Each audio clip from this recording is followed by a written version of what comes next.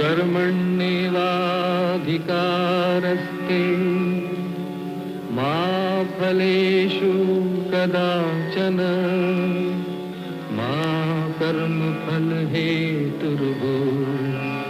मा ते संगोऽस्त्वविकर्मणि।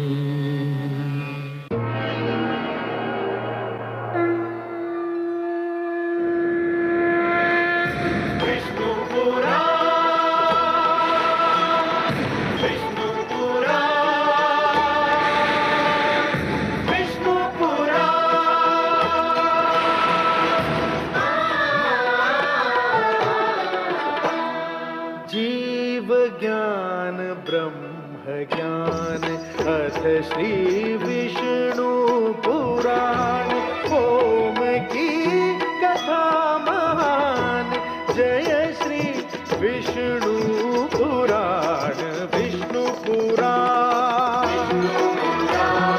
विष्णु पुराण विष्णु पुराण। मैं माँ हूँ, धरती माँ। मेरे एक महान ऋषिपुत्र वाल्मीकि ने कहा है, जननी जन्म भूमिश्च स्वर्गादपि गरीयसी। मानव मुझे जननी कहता है। मैं मानव की जन्मभूमि हूं और मानव मुझे स्वर्ग से अधिक श्रेष्ठ समझता है। मेरा निर्माण करते समय मानव कल्याण के लिए आदि पुरुष भगवान श्री विष्णु ने मुझे एक वचन दिया था, परित्राणाय साधूनां विनाशाय च दुष्कृतां धर्म संस्थापनार्थाय संभवामि युगे युगे। उन्होंने कहा था कि वे संतों की रक्षा और दुष्टों के विनाश के लिए धरती पर अवतार लेते रहेंगे। भगवान विष्णु ने वचन का पालन किया। मानव कल्याण के लिए उन्होंने प्रथम अवतार लिया, मत्स्य अवतार। मत्स्य रूप में उन्होंने वेदों की रक्षा की थी, जो मानव कल्याण के लिए विष्णु के मुख से प्रकट हुए थे। यहीं से जीव के विकास की कथा भी प्रारंभ हो गई। भगवान विष्णु ने दूसरा अवतार तब लिया जब सागर मंथन हुआ। यह अवतार था कूर्म अवतार। मछली के रूप में वो केवल जल तक सीमित रहे। कूर्म अर्थात कछुए के रूप में वे जल से निकलकर धरती पर आए। ये विकास और आगे बढ़ा। विष्णु का तीसरा अवतार था वाराह अवतार, जिसमें उन्होंने वाराह रूप लेकर दानव हिरण्याक्ष को मारा था। वाराह रूप में उन्होंने जल, धरती एवं दलदल पर विजय प्राप्त की। उनका चौथा अवतार तब हुआ जब हिरण्यकशिपु नाम के दानव ने स्वयं को ईश्वर घोषित कर दिया। इस प्रकार भगवान विष्णु ने अपना चौथा अवतार लिया, नृसिंह अवतार। वे आधे पशु थे, आधे मानव। यहां से विकास की क्रिया पूर्ण हुई और मानव रूप में भगवान विष्णु ने राक्षस राज बलि को बांधने के लिए वामन अवतार लिया। पांचवा अवतार उन्होंने तब लिया जब क्षत्रियों का अभिमान अत्याचार की सीमा को लांघ गया। तब विष्णु ने अंशावतार लिया, परशुराम अवतार। और अब धरती पर पुनः धर्म की स्थापना के लिए, राक्षसों का आतंक समाप्त करने के लिए प्रथम बार भगवान विष्णु ने लिया है संपूर्ण मानव अवतार। उनकी बाल लीला तो आपने मेरे संग देखी है। आज बड़ा ही शुभ दिन है। आज मेरे साथ साथ समस्त अयोध्या वासियों के नयन युवा श्री राम के दर्शन का अमृत पान करेंगे।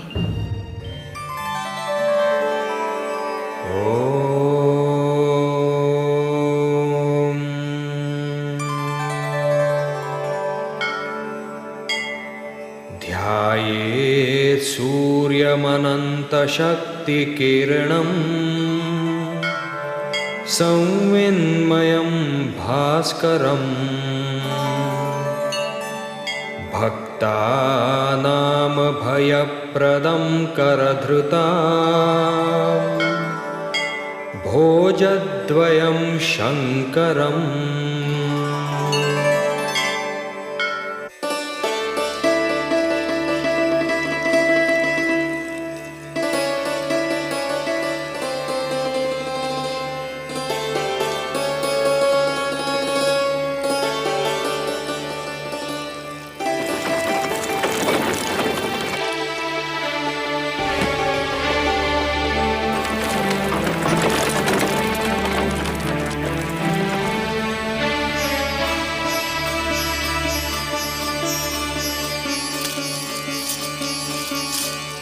महामंत्री सुमंत आए हैं। लिवाने आए हैं। ये मेरे राम को ले जाएंगे। मोह अंधकार होता है देवी, और यह हम आश्रम वासियों को शोभा नहीं देता। ममता को मोह मत कहिए, स्नेह को अंधकार मत कहिए स्वामी। वो भी श्री राम का स्नेह, वो तो सारे संसार की क्रूर से क्रूर विमाता के हृदय में ममता का मोह भर दे। मैं राम की विदाई न देख पाऊंगी। मैंने इन चारों राजकुमारों को पहले ही विदा का आशीष दे दिया है। मैं राम की विदाई न देख पाऊंगी।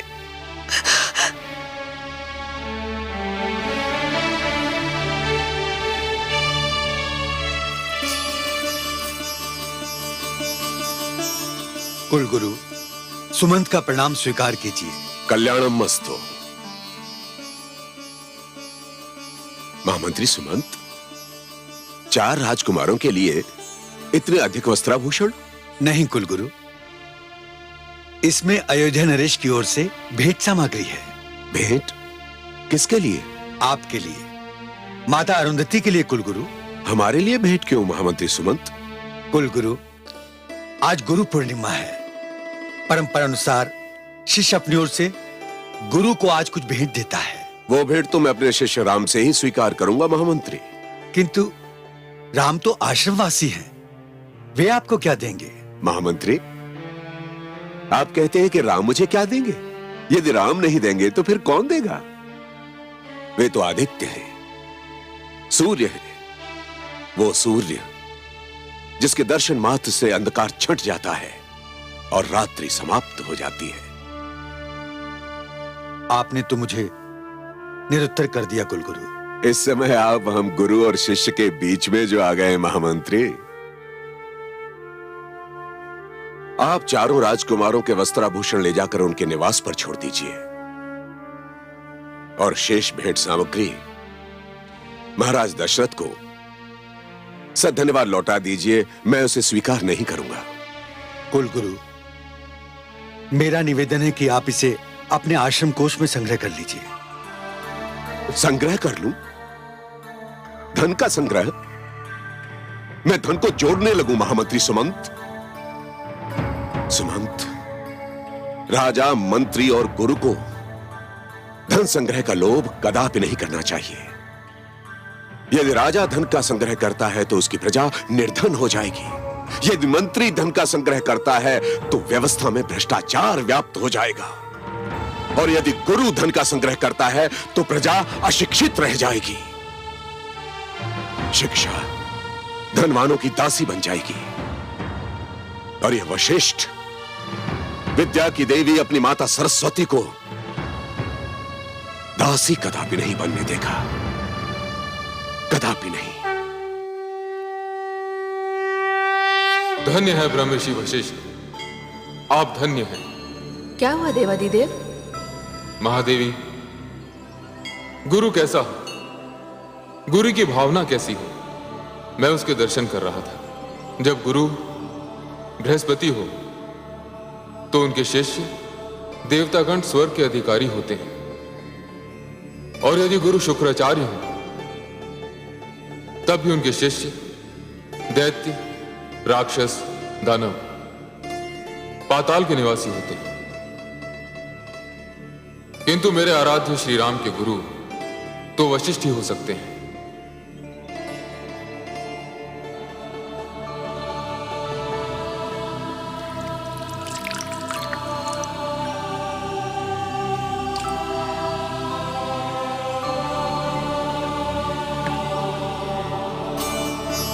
ये अर्घ आपने किसको दिया स्वामी?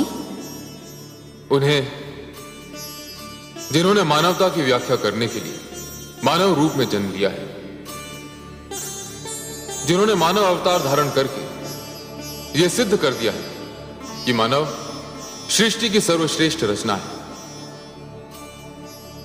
आज एक महान शिष्य अपना विद्यार्थी जीवन समाप्त करके एक महान गुरु से विदा लेने वाला है। महादेवी, आज मेरे राम गुरु पूर्णिमा के दिन अपने गुरु को क्या भेंट करेंगे, मैं इसकी प्रतीक्षा में हूं।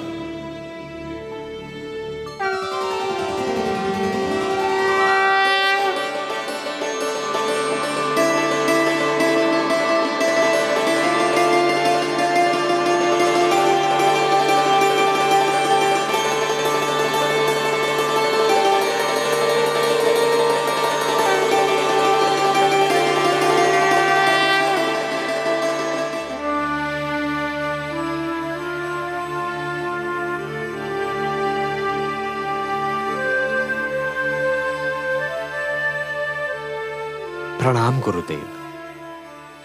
ओजस्वी भव, यशस्वी भव। गुरुदेव, सूर्य देव के समक्ष आपको देखकर मैं तो एक भ्रम से मुक्त हो गया।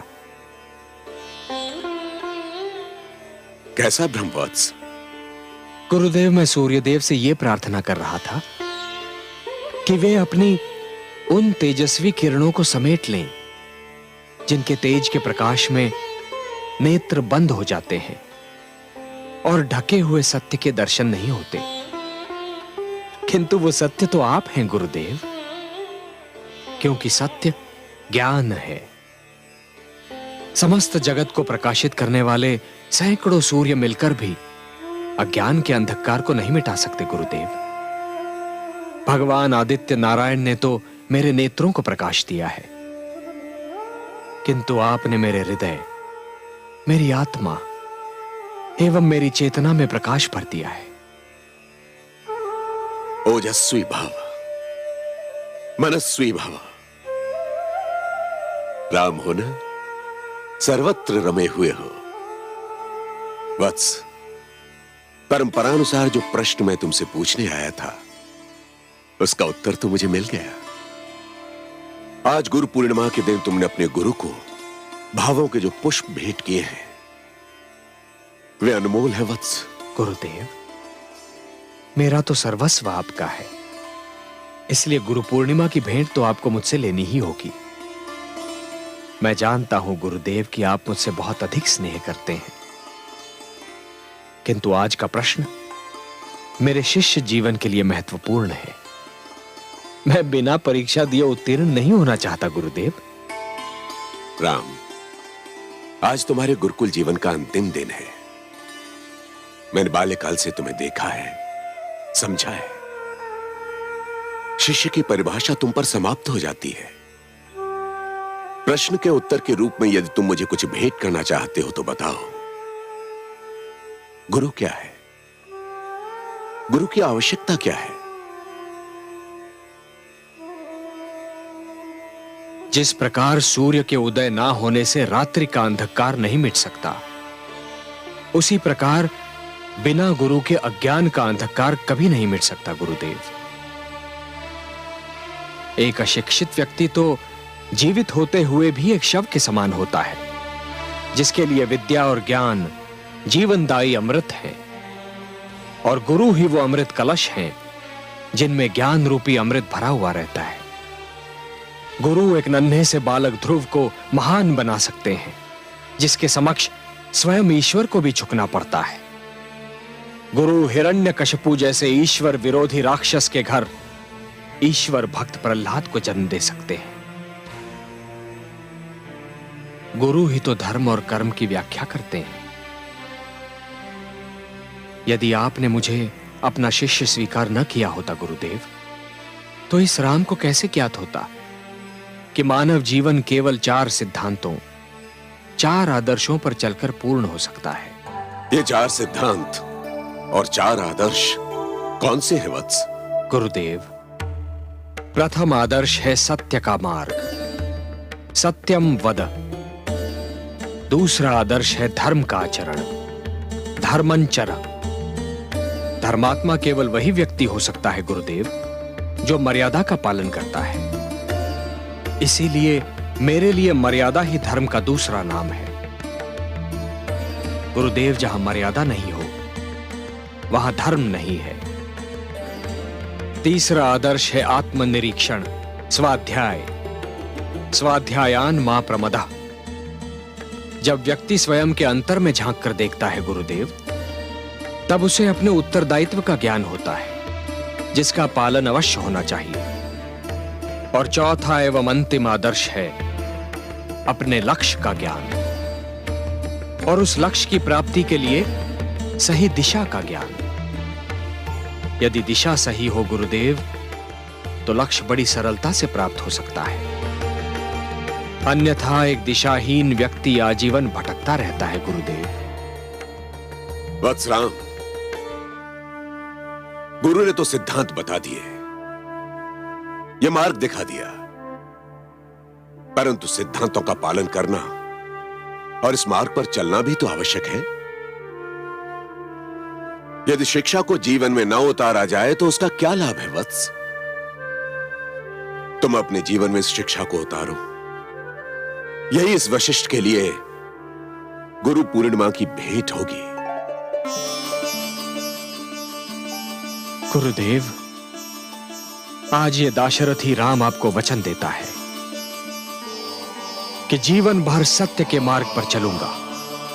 परिणाम जो कुछ भी हो, सदैव मर्यादा का पालन करूंगा। किसी भी मूल्य पर अपने अंतर से अपनी दृष्टि कभी नहीं हटाऊंगा। अपने उत्तरदायित्व के पालन में कोई बाधा नहीं आने दूंगा। दिशा ज्ञान के बिना किसी भी पथ पर पग नहीं रखूंगा। और जिस पथ पर पग रखूंगा, अपने लक्ष्य की प्राप्ति तक चलता रहूंगा।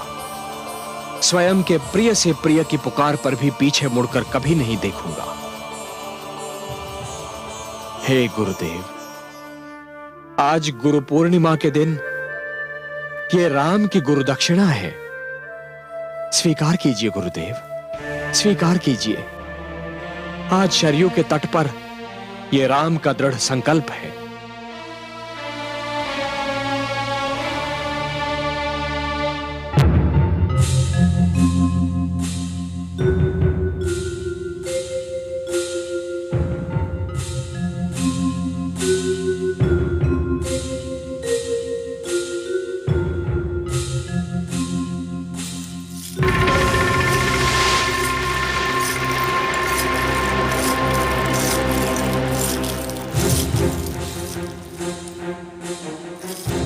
प्रणाम माते। माते, आज आपका पुत्र रावण नहीं, आपका शिष्य रावण आपके चरण स्पर्श करने आया है। आप तो मेरी माता भी हैं और मेरी गुरु भी। पुत्र, दीर्घायु भव। आज कोई विशेष दिन है? हाँ माते, आज गुरु पूर्णिमा का दिन है। मांगिए माते, अपने शिष्य रावण से आपकी जो इच्छा है वो मांगिए। परंपरा है कि आज के दिन शिष्य अपने गुरु को भेंट स्वरूप कुछ देता है। मांगिए माते। पुत्र, मेरा एक ही स्वप्न है। मैं तुझे विश्व विजयी देखना चाहती हूं। बस इतनी छोटी सी भेंट माते? नहीं पुत्र, ये मेरी इच्छा है। यदि कुछ देना चाहता है तो एक वचन दे दे। आज्ञा करे माते। पुत्र, आज के पश्चात गुरु पूर्णिमा की बात मेरे समक्ष कभी मत करना। मैं तुझ में तुम्हारे पिता के संस्कार देखती हूं तो भयभीत हो जाती हूं। वो तुझे ऋषि बनाना चाहते थे, परंतु मैंने तुझे राक्षस राज रावण बना दिया है। पुत्र, मानव दुर्बलता से अपने आप को दूर रखना यही मेरी इच्छा है। तो ठीक है माते, आज के पश्चात आप ये शब्द मेरे मुख से कभी नहीं सुनेंगी, कभी नहीं। माते, मैं अपने पिता का पुत्र नहीं हूं, मैं तो अपनी माता का पुत्र हूं। मैं देवताओं और मानवों का घोर शत्रु हूं और सदैव रहूंगा। ये लंकापति रावण का वचन है आपसे माते।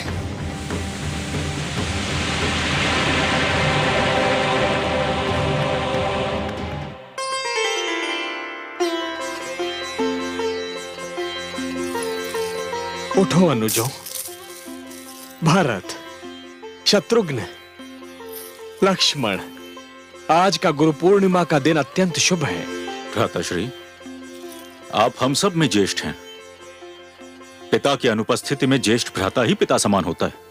हाँ भ्राताश्री, गुरुदेव के समक्ष भेंट स्वरूप मैंने उन्हें यही वचन दिया है कि मैं सदैव आपकी छाया बनकर रहूंगा। जहां श्री राम होंगे वहीं लक्ष्मण। भ्राताश्री, गुरुदेव को अपनी इच्छा से मैंने भी यही वचन दिया है। हाँ अनुज, तुम सब जानते हो मैं तो श्री रामचरण अनुरागी हूं। यदि कोई त्रिलोकी समक्ष समस्त ब्रह्मांड का राज्य देकर भी मुझसे आपको मांगे, यदि आपको त्याग कर मुझे ईश्वर भी प्राप्त हो, तो भी मैं कभी स्वीकार नहीं करूंगा। मैं तो आपका अनुज भी हूं एवं सेवक भी। भारत, मुझ पर तो आप दोनों ही भाव बनाए रखिए। भारत, भ्राताश्री, भारत, शत्रुघ्न, लक्ष्मण, कहते हैं कि शरीर में केवल एक ही हृदय होता है, किंतु यदि कोई श्री राम के वक्ष स्थल को चीर कर देखे तो उन्हें मेरे 3 हृदय मिलेंगे। ये मेरे 3 अनुज।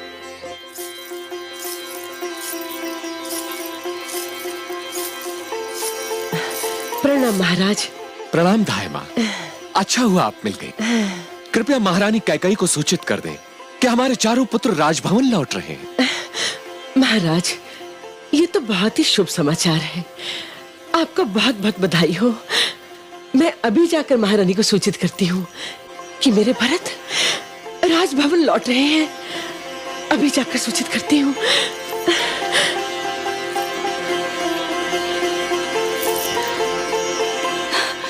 क्या मेरे राम राजभवन लौट रहे हैं? मैं तुम्हें भरत के लौटने की सूचना दे रही हूँ। एक ही तो बात है ना धाई माँ, आज तो समस्त अयोध्या में उत्सव मनाया जाना चाहिए। मैं दीदी कौशल्या के कक्ष में जाती हूँ।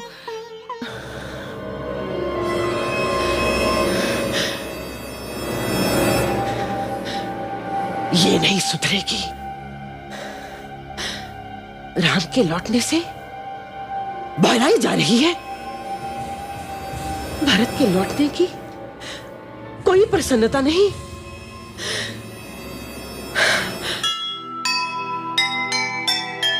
अपने सुत के प्रेम में सुध बुध दी बिसराए, हुआ दृष्टि से दूर वो माँ को कुछ न सुहाए। एक नाम मन में बसा, भूल गए सब नाम किसी का लीजिए, सुन के कई राम, सुन के कई राम। जीव ज्ञान ब्रह्म ज्ञान अथ श्री विष्णु पुराण।